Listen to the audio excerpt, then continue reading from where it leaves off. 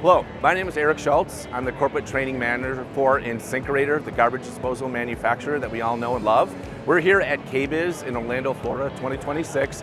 We're going to spend a little bit of time talking to you about 3 things you might not know about a food waste disposer.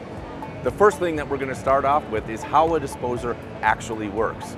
Most people tend to think that a food waste disposer works like a tabletop blender or one of those bullet smoothie makers where you've got a set of blades at the bottom that spin and chop up the food waste. That's actually not how a food waste disposer works. It's a little bit different. What happens with the food waste disposer is when you look through your sink, you would actually see this little plate. This little plate you can consider the floor of your disposer. When you turn on your disposer, this plate will spin rapidly.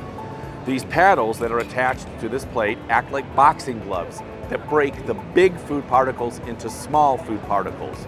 When the water enters the food waste disposer and this plate is spinning, those small food particles mix with the water and create a very rapid vortex spinning action.